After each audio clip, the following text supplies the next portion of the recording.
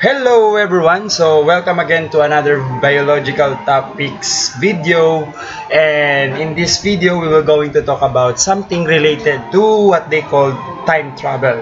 Alright, so in the picture, so if you are familiar with this animation, so this animation is titled Doraemon. So what if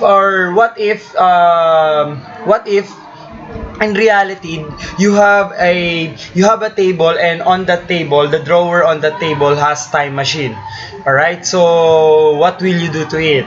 All right, so in the story of Doraemon, here's a kid, Nobita, who has a time machine under the drawer, or on the drawer of his study table, and whenever they want to go back in time, so they will go they can use that time machine to go back to a certain point in his life, or in a different situation. All right, so given the chance to travel back in time, what event do you want to go back? All right, so this is the question that we have right here. All right, so if you have an answer to this question, you can write it down in the comment section below. All right, so our topic today has something to do with time travel. All right, so in time travel. Now, if we're going to answer this question, what it will be if time travel, or if time travel is possible. Well, I want to go back to the time where possibly the dinosaurs roamed the earth, so that I be able to convince myself that this organism really flourish. All right, so really flourish during that time, and these are the organisms that dominant during its time. All right, so I want to see them in actual. All right, not by fossils. All right, so that is my answer to that question. Since we are talking about time travel here, so what we are going to talk about here is, all right, so the records of the life, or records of Earth. Alright, so we will trace back the evolutionary history, and we will going to discuss here one part of evolution, so we called it the macroevolution. Alright, so in this topic that we will have, we will discuss here how the Earth, or how Earth itself affects the life that lives on it. Alright, so how does the Earth take effect, or what is the effect of the earth to those living things, and the evolution of living things living on it. All right, so we will begin. All right, so before we start, so how do you trace back the history of the earth? All right, so is it by clock? Is it by any kind of time measuring device, like the one that we have right here, the hourglass? Alright, so how do you measure the time? How do you measure the time from the past, or the history of the earth from the past? Alright, so there's no other way to measure that by we can measure that history of the earth from the past by the use of what they call geologic time scale. Now, when we talk about when we say geologic time scale, from the word itself, land, or geo means land. Alright, so meaning to say we will use the clues in different land formations in order to find out what happened in the history, or the past lives, or past situations here on earth. Alright, with the use of this land or clues that are found in different landforms. Alright, so this is the geologic time scale in its summary. So right now we are in the Quaternary period, all right, and in the Holocene epoch of the Quaternary period. All right, so as we trace down, or as we trace back down this spiral ladder-like structure that we have right here, we can see how life evolves from a more simple one, like the one that we have right here at the bottom, to a more complex one that we have right here on top. Alright, so every steps of this ladder is represented by a period, an epoch, an era, or even an eon. Alright, so basically the earth itself is old.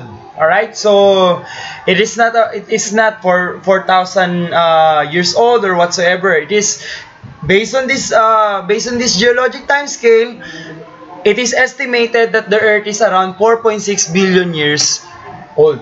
All right, so upon that particular development or upon that movement in time, so organism also evolve as time passes by. All right, so this picture showcase us what a geologic time scale is all about. All right, so this is a better perception of this geologic time scale. Now, just like the time, just like a typical clock, the clock has an hour, a minute, and a second. All right. So in the Earth's history, we can divide the Earth's history into eons. The one that we have right here, the eon, is the Phanerozoic eon. Next one, the era, which is divided into Precambrian, Paleozoic, Mesozoic, and Cenozoic era. All right. Next one are the periods. All right. So there are so many periods that we have right here. So we have Quaternary, Tertiary, Cretaceous, Jurassic, and more to name with. Next one, and these periods are also divided into epochs. So in every period there is an epoch. So we have here the Holocene, the Pleistocene, Pliocene, Miocene, and so on and so forth.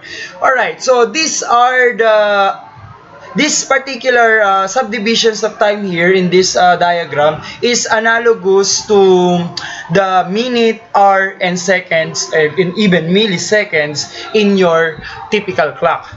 Alright, so these intervals or these periods that we have right here, or even the epoch, showcase what are the organisms that lives or that thrives during that certain time period.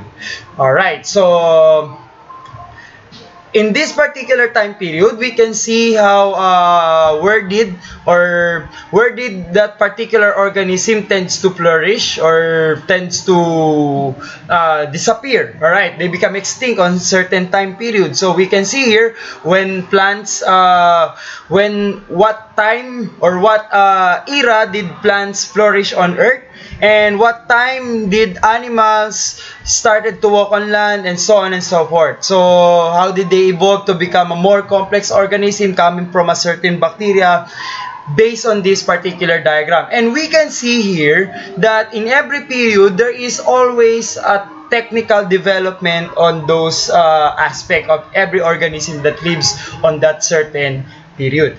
Alright, so now this is what a Precambrian era looks like. So basically the Earth is not a good place to live. So there are lots of volcanoes, lots of sulfur in the atmosphere. The atmosphere doesn't have any oxygen or any life giving gases, something like that. So basically in the Precambrian era, the Earth is somehow not suitable for any living things to live on.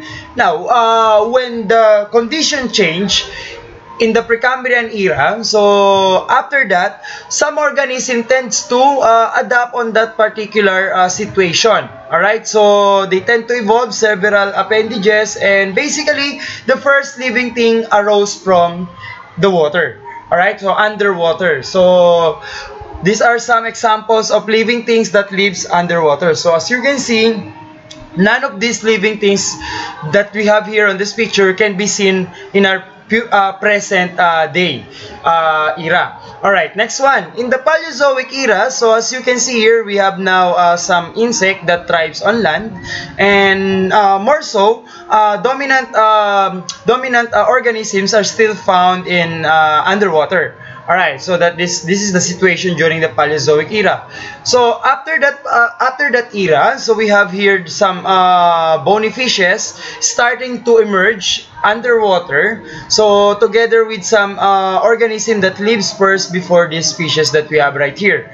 Alright, so after that, during the Cretaceous period, so land animals is starting to dominate the Earth. So we have now the dinosaurs and other cold-blooded animals, mainly the reptiles. There are some small mammals here that lives within together with them. So these were the animals, and some plants like like the fern tree fern that we have right here. So these are the plants that dominates that time. And after that, all right, so after certain period, so as you can see here, these are the plants. They start to develop a set of organs or set of parts which differs them to their ancestors. All right, next one is, all right, so this is the present period, or somehow the somehow this is the period where the, all right, near to our present day era. All right, so we have now the mammoths and some large herbivores that we have right here, large animals. All right, so okay, so probably there are already humans in this period of time. All right, and more so on that period, there are some weird looking animals like this one, a two-horned rhinos, and all right, so a rhinoceros with several set of horns, and so on and so forth. All right, so some monkeys or human-like animals, all right, so are starting to emerge on this particular era. Okay, so those were the animals that lives on every period of that we have right there on the geologic time scale. Now, if we were going to trace down this time scale into a clock, so probably around 5 minutes before 12 o'clock, that is, or 17 seconds before the 12 o'clock time, that is the quaternary period. So it is similar to the small growth on your fingernails. All right, the small growth of your fingernail represents our present day period. All right, which is the quaternary period. All right, so that is how okay, that's how you compare the geologic time scale compared to a normal clock that we have right here. Okay. So, what we see here in this picture, this is the Grand Canyon in Arizona. So, this is the Grand Canyon. Alright, so the Grand Canyon is one good example of a landform that can be used to trace down what happened during each and every geologic time scale that we have earlier. Alright, so this is a perfect example of a geologic time scale because this canyon, alright, so this landform or landform that we have right here is divided into different strata. Alright, so strata or layers. So it is divided into different layers. So as you go down deeper to each layer, you will see different sets of fossil which is completely different from the one above. Alright, so meaning to say the fossil above is different from the fossil below. Alright, so basically, again, what is a geologic time scale? This is a system of chronologic measurement relating to stratigraphy to time that is used by geology. So most of the, alright, so this is the biology. So this is biology and at the same time geology as well, because we are talking about living things here that lives in a certain period of time. Then we can use that particular landform in order to trace down what kind of situation that they have right there. Alright, so with the use of geologic time scale, geologists can be used, or geologists use the landforms or the landform layers in order to track down or to measure the chronologic time events that happened during the past. Alright, so that is the geologic time scale. Alright, so basically, the first part or the first section of this video is all about the geologic time scale and how every organism is different from every period of time in that time scale. Alright, so the next question that we have right here that we were going to answer in this video, what are the proof that living things live in the past? There are living things that lives in the past. So, alright, so if you're going to think about it, so it is impossible to think that there are dinosaurs in the past. Alright, so, well yet, alright, recently they found a bone of or a perfect fossil of a dinosaur. So, some geologists be able to dig up this fossil, which is perfectly preserved, and this fossil showcase what a or what a an organism, that particular fossil looks like, because it is perfectly preserved in the rocks. So basically, we can see proof that there are living things in the past by a form of fossils. Alright, so fossils. So what are these fossils? Alright, fossils are the remain of organism that lives on an ancient past. Not only organism, these are remains of, or these are traces. Alright, these are traces of everything that lives in the past, or not even living things, also objects that are found in the past, like the feces of this of some animals, like dead leaves, the footprint, something like that. So the shells. All right. So a fossil cannot contain only living things, but also non-living components. All right. So here we go. All right. So the cast. Alright, so one kind of fossil is the cast. So what do we have right here? So in the cast, you can see here some dinosaur imprints or dinosaur footprints that are embedded in a rock that we have right here. So this is a fossilized footprint of a dinosaur. This is called cast. The mold. Alright, so the mold is a kind of fossil in which minerals, alright, so minerals tend to fill inside the empty spaces that is present on an organism before it died. Alright, so it filled these certain minerals and enables it to form whatever shape and whatever patterns that the organism contains in its shell, in its carapace, and so on and so forth. Alright, so that is a mold. Next one, the imprints. Alright, so the imprints, these are some impressions. Alright, so these are some impressions of plant leaves, alright, a shell on a sedimentary rock. Alright, so most of the imprints are formed in the sedimentary rock, and these are preserved in a limestone or sandstone or something like that. Alright, so the one that you see here, these are shells of some prehistoric mollusk, that lives in the past. Next one is petrification. Alright, so petrification is the process of replacing organic materials with inorganic minerals like calcium, alright, like phosphorus, alright. So these particular organic materials that comes from this slug, before this slug is made up of carbon and other stuffs, organic stuff, and over time, it is replaced by crystal-like minerals like calcium and silicon of some sort. So these particular minerals replace the organic materials found in this wood. Alright, next one is amber. Now, if we want to preserve an organism perfectly, so an organism right here, which is the prehistoric mosquito, it is preserved in an amber. So the orange thing that you see here is tree sap, which hardens over time and then preserved by heat and pressure.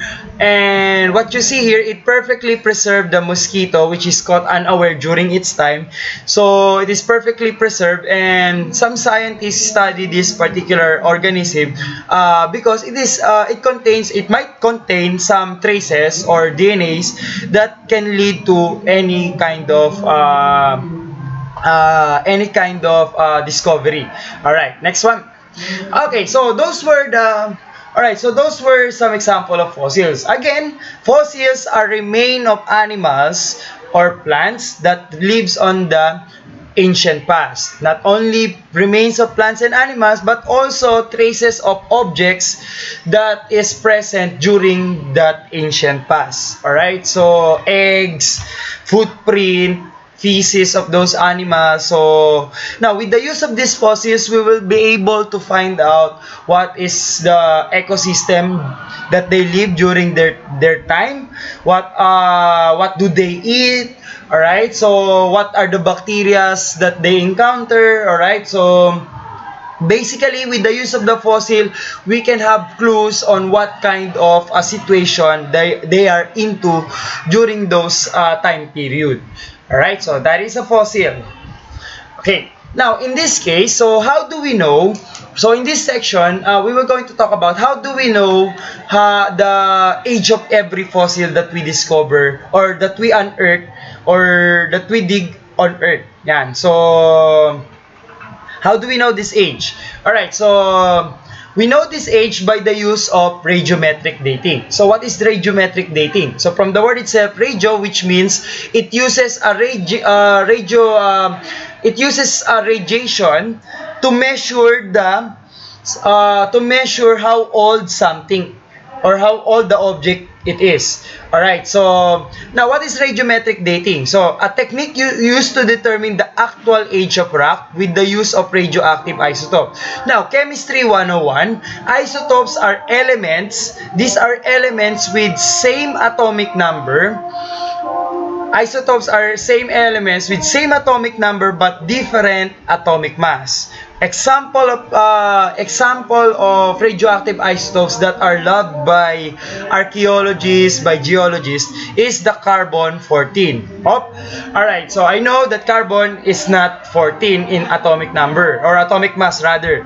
But since this is 14, this is an isotope of carbon-12. Alright, so isotopes are unstable. These are unstable elements that tends to decay over time. Alright, so one example of radiometric dating that we have right here is carbon dating. Alright, so this is how it goes. Alright, so now in radiometric dating, so if you find an element, so which is an isotope element, so you can trace, you can count the number of what they call half-life in each of that particular radioactive isotopes by counting the number or by detecting the daughter product that is formed over time. So, as you can see here, we have the atoms of the parent isotope, so starting to develop to become a daughter product. So, what is the daughter product? This is an element that is the product of the decay of the parent isotope. Alright, so for example, the carbon-14 will become nitrogen. Alright, so the carbon-14 will become nitrogen eventually after its several half-lives. So the daughter product that you see here, if this is carbon, then the daughter product that you have right here is nitrogen. Then what happens over time as it progresses through several half-lives, the number of parent isotopes starting to decrease while the number of daughter products starting to increase. Alright, so this is how geologists use these radioactive isotopes in order to determine the number of the time. Alright, the amount of time that the actual fossil is all about. Alright. Now, these are some examples of half-lives in some radioisotopes. So, example here, we have carbon-14, which has a half-life of 5,730. So, meaning to say, in one atom or in one unit of your carbon, after its half-life, so the one unit will become one half in 5,730 years. Then the next one half, so the next half-life of that one half n is again in another 5,730 years. So the next one half, so we have now two one halves here, we have 1/4. So next, the 1/8. The 1/8 of the amount of that particular radioisotopes will be around after 5,730 years, and so on and then so forth. Alright, so basically, in carbon-14, we have 5,730 years of half-life. Next one, in potassium-40, we have 1.3 times 10 to the 9 years. So that is around billion years. Alright, so billion years. And radium has 1,600 years. So it is very short. And we have strontium. If this one is short, this is very, very short, 38 years. Alright, so meaning to say the strontium will decay or half of it will decay by around 31 years. Then the uranium is the most in terms of half-life, this is the one of the longest half-life that we have right here, which is 4.5 times 10 to the 9 billion years. Alright, so billion years. Next one, in some elements like the chromium, we have 28 days, the iodine is 8 days, so, and technetium we have 6 hours. So these are some elements that is used in chemotherapy or something like that. Alright, so meaning to say all elements that has their respective isotopes can be used in radiometric dating. So radiometric dating are very useful in determining the age of the certain fossil. Alright, so now there are some limitations that we have right here. The carbon can only identify, or we can use only carbon if the fossil is not that old enough, which is not older than 60,000 years or 80,000 years old. Now beyond that one, we can use other elements that can surpass or that can measure age greater than 80,000 years. Alright, so like the potassium and then the uranium that we have right here. Alright, so these are some info about the carbon-14. So why carbon-14 are we using here? It's because carbon is one of the living or one of the component or elemental component of all living things all living things on Earth, including the one on the past. So every carbon-14 or every carbon that is found on the body or the fossil of that particular organism can be used to detect its age. Alright, so by computing the ratio of that particular carbon-12 on that organism that have died, we can find out the age of that particular fossil. Alright, so example, we have right here. So your measurements indicate that a fossilized skull you unearthed has a C14 to C12 ratio of about 116. Alright, so that of the atmosphere. So what is the approximate age of the skull? So let's see. Okay, so 116. So in 1, alright, so this is one half-life. Alright, so next one, 1/2 of 1 is another 1 half-life. Alright, so half-life. Alright, so next one, this 1/2 will be reduced to another 1/2, then it become 1/4, so that is another 1 half-life of that particular radioactive isotope. So the problem says that it is 116. Alright, next one, we have 1/8. Alright, so we have 1/8, so okay, so we have 1/8 over here. So this is again 1 half-life. Alright, so we did not include the one here because the radioactive isotope is still undecayed. Alright, so we have 1 half-life. And finally, we have 1/16. That is 1 half-life. Alright, so now, as we all know that the carbon will decay, 1/2 of the carbon that we have right here, this one, will decay around 5,730 years. Alright, so if this is 116, so how many half-lives that the carbon molecule or carbon element undergoes? Alright, so we have 1, 2, 3, 4. So we have 4 half-life. So basically what we were going to do here is we will just multiply 4. Okay, so we will multiply 5,730 years 2 times 4. Alright, so 4 half-life. Alright, so 4 half-lives. So we will get 5,730 times 4. We will get the answer to that question is 2,920 years. So meaning to say that the fossil is around 2,920 years old. Alright, so this is one. Alright, so this is one good problem, that if you want to compute for the age of the fossils that you unearthed, you can use carbon 12. Now, other elements like the uranium, for example, one unit of uranium will be 1/2 after 4.5 times 10 to the 9 billion years, or years. Alright, so in billions, something like that. So meaning to say, if you have 4 half-lives, so 4.5 times 10 to the 9 multiplied by 4 half-lives. Alright, so how many is that? So we have 4.5 times 4. So we have 18. So the thing there is 1.8 times 10 to the raised to 10 years.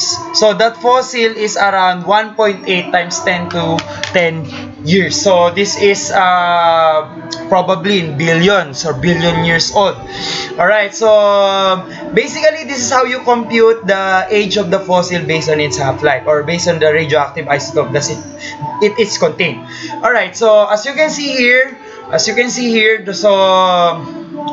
so the 1 half-life is 1/2 of that, so meaning to say of that particular radioactive isotope. So meaning to say it has 1/2 parent, alright, and 1/2 daughter. So probably if that is a carbon, the daughter is nitrogen. Alright, so again the other one is 1/4. So meaning to say it has 1/4 parent. Alright, 1/4 parent, and the rest. Alright, so and the rest of this is daughter. So meaning to say there are only 1/4 of the parent isotope is remained on that particular element. Alright, so this is all about the half-life and how do you compute for the age of the fossil using different radioactive isotope. Alright, so we go now to the third section of this particular discussion that we have right here in this lesson. So the role of continental drift in evolution. Now, if you recall the lesson that we have on Earth Science 101, so we have this continental drift, and we all know that these continents are once a supercontinent called Pangaea, and upon the tectonic activities like earthquake, volcanoes, and the formation of mountains and something like that, these particular continents tend to move away from each other with the use of convergent and divergent boundaries that underneath them. So that's the reason why the continents that we have right now they are separated over the other continents. So in the Cambrian period,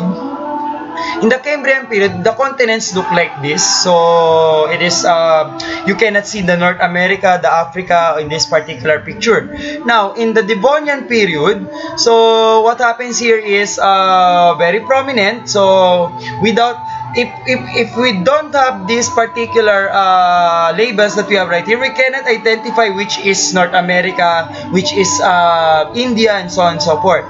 Next one, in the Permian period, so the picture of the continents began to be it is more complicated that we have right now. Alright, so in the Triassic period, so as you can see here, we have one ocean and one continent. So this is the Pangaea that we are talking about.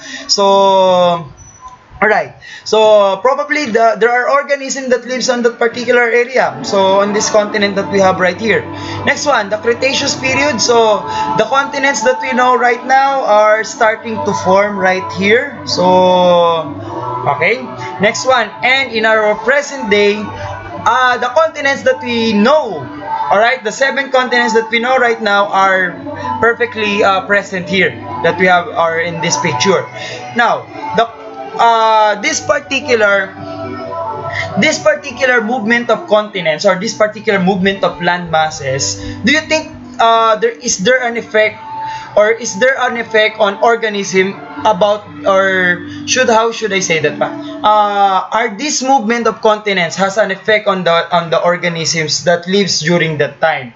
Alright, so imagine how many million years before we came up with this particular set of continents that we have. Do you think that this movement has an effect on every organism that lives during that time? Alright, so you can write it down in the comment section below. So as we can see here, alright, so as we can see here, definitely there is an effect. So what we have right here in evolution, we called it isolation. Alright, so as you can see, these are all lungfishes. So by the way, that the reason why they are called lungfishes, from their namesake, lungfish, they have lungs. Alright, so they have basically they have lungs, so they don't use gills, something like that. So alright, so these lungfish are all lungfish, but they look differently from each other. This is from Australia. So this the Australian lungfish that we have right here is different from the African version of this lungfish, and South American lungfish is different from the previous two lungfishes. And these three lungfishes are different from its ancestor, which is already a fossil, the Devonian lungfish. But how do we know that these lungfishes are the same? Basically, they have the same parts, the same organs, the same DNA, or something like the DNA composition is almost the same. All right, and also if you happen to notice, the lobe tail fin is noticeable on this particular organism. That's the reason why they are categorized as the lungfish. Now, where can we find them? Alright, so we can find them on these continents that we have right here. Now, and also the fossilized lungfishes are found in this particular area. So what does it mean? Alright, so you can pause this video and then think about it. So if you want to. So what does it mean? It means that these continents are once joined together, and these lungfishes are situated in one specific area. When the continents started to separate, so as the lungfishes that lives in that particular area, which is isolated to their fellow lungfishes, then therefore these lungfishes tends to adapt to the new environment that this movement of the continents created, and then they tend to adapt, reproduce, and they tend to form new population, which is now different from their previous fellow. Alright, so that's the story behind these lungfishes. Not only lungfishes, but also some marsupials. Alright, so marsupials, they have pouches on their body that enables them to develop their young. So as you can see, these marsupials, alright, so these marsupials that we have right here are all different in sizes, and all different in physical appearance. Alright, so now, in terms of its distribution, we can see that marsupials are scattered in these particular continents in this map. So as you can see here, why they are scattered in this particular way? It's because of one thing. Continents are once joined together, then when it separates, it allows them to be isolated to their fellow marsupials during that particular time. Alright. Now, so that is the effect of continental drift to the evolution of life in perspective. Alright, so in the fourth section that we have right here is the tectonic trauma, which imperils local life. So what are these tectonic activities? Now, if you recall earth science, one of the main feature of everything that we have here on Earth, we have the volcanoes, we have earthquakes, then we have mountain ranges formation. Now, are these particular features that we have here on Earth has an effect on every living things that lives on Earth? Alright, so you can pause this video and think about it. Alright, so the volcanoes, the mountains, the earthquakes. Alright, so do they have an effect on the evolutionary history of life? So, if you get already the answer, Yes, there is. All right. So yes, there is an effect. So volcanic eruption, for example, I give you one. Volcanic eruption tends to have an effect on the evolutionary history of life here on Earth by, for example, changing the climate. One big explosion or one big explosion of a volcano can change drastically the climate here on Earth. Now, once that happens, the organism will tend to adapt. They tend to thrive on that new environment that they live in, and then they will survive. They reproduce, and then so on and so forth. So basically, these are some nature's way. All right, these are some nature's way on making the organism evolve in the process. So, and also this is also the nature's way of developing or creating new organism. All right, so that is what Charles Darwin talks about in his book called Natural Selection: The Origin of Species. All right, so this natural selection process by none other than nature tends to make all organisms evolve respectively. All right, so now another one is another reason of that affects the evolutionary history of life here on Earth is the mass extinction. All right. So when we talk about mass extinction is the large scale. All right, large scale death of a particular group of organism. All right, to the point that there is no. All right, there are no. There are no genotype, or there are no particular there's no population of that organism is left in that particular environment. So basically that is what they call mass extinction. So the large scale death of this particular group of organism to the point that there is no traces found of this organism in a party, or no population of this organism is found in the ecosystem. All right, so based on this particular diagram that we have right here, every period that you see here, you see some changes in the organisms that lives on that particular time period. So what does it mean? So meaning to say, one organism cannot live on a one period alone, or one period along with the other organism. So it means that one organism tends to, or a group of organisms in this particular period tend to extinct due to some changes in the environment and so on and so forth. Alright, so as you can see here, no ancient organism are found in the time where humans are already flourished in that particular period. So meaning to say, there are no organisms that are found here in this particular period. So meaning to say, they are already extinct. All right. So for what reason? So the next slide that we will talk about, or the next slide that I will show you, are the reasons behind these mass extinction events that happened here on Earth. Alright, so we have the oxygen catastrophe. So the oxygen catastrophe is very this is a theory, or this is a particular theory in which the first oxygen was produced by some organisms underwater.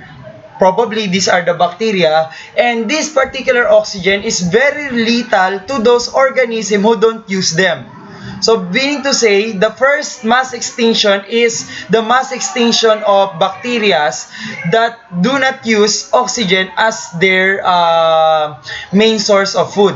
Alright, so basically the bacteria that produce this oxygen thing that we have right here are the cyanobacteria.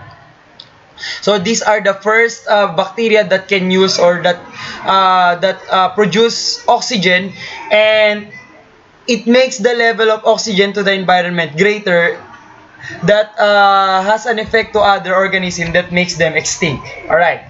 Next one. There are some events, according to some experts, that when a star explodes. Right, when a star explodes, there is a high energy ray, which is called the gamma ray, is somehow traveling in space, and there's a point in time on Earth which is we are somehow a target, all right, a target of this particular high energy burst coming from a death of a particular star, and all life forms here on Earth are basically extinguished. All right, so this is one of the mass extinction event according to some expert. Next one, global climate change. All right, so this is the global cooling. All right, so suddenly the temperature drops due to some volcanic eruption or some asteroid that hits the earth, something like that. All right, or some kind of changes in the orbit of the earth around the sun. All right, so meaning to say, this global cooling can be attributed to those events. All right, so sudden temperature drop. So when it happens, organism will tend to be extinct because they don't have ample time to adapt. All right, so next one. Another one is asteroid impact. So very familiar story that we have right here are the dinosaurs. The story behind here is the dinosaur. The reason that they become extinct is because of an asteroid impact. So a USA-sized asteroid that hits on Earth, and it hits somewhere here in the Yucatan Peninsula, somewhere in Mexico, and the crater is somehow still there, and the impact that the asteroid created on Earth resulted to the mass extinction of this organism, which are the dinosaurs, that changes the temperature here on Earth. The herbivores, the plants die, the herbivores have nothing to eat, then the predatory dinosaurs have nothing to eat anymore, then they die. Alright, so this is one of the results of this impact. So one of the events that happened in the past. Alright, so global sea level drop. Alright, so this is one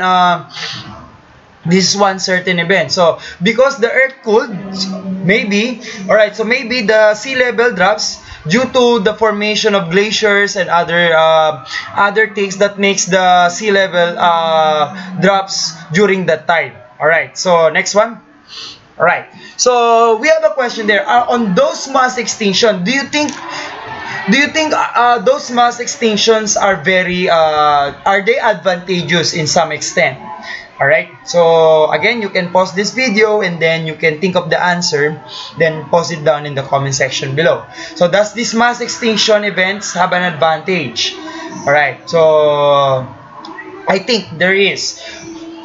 Because mass extinction gives way to a new group of organisms that can adapt to that sudden change in the environment. Alright, so as we all know, natural selection by Charles Darwin, that the nature is the one that will select who will survive, and the nature will select a group of organisms that can adapt to its changes so that it can reproduce and enable that particular generation to adapt to that particular changes in the environment. So basically, mass extinction has an advantage. Just imagine if we still have the dinosaurs roaming around. Alright, what will happen to humans here on Earth? Alright, so basically, mass extinction has an advantage in the long run. Okay. Alright, so how does macroevolution related to the evolution of organism? So you think those things that I have discussed here, do you think those events have has an effect to the evolution of an organism? Alright, so again, you can pause this video and think of the answer. Alright, so how does macroevolution related to evolution of the organism? They are related because macroevolution talks about the from the word itself, macro, which means large. So it talks about what are the effects. Alright, it talks about the effects of the earth formation or the events on the earth on the evolution of every living things that lives on it. Alright, so meaning to say that the earth itself affects the evolution of this organism. Whatever happens to the earth, it will affect whatever lives on it. Alright, so basically macroevolution is related to Alright, to the evolution of organisms in that way. Alright, so it is. Okay, so next one.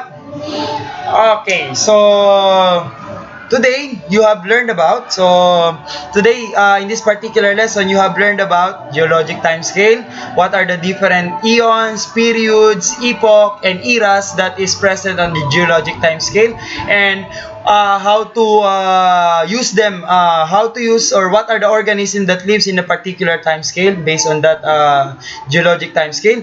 Next one, we discuss also different kinds of fossil and to prove that there are living things in the past.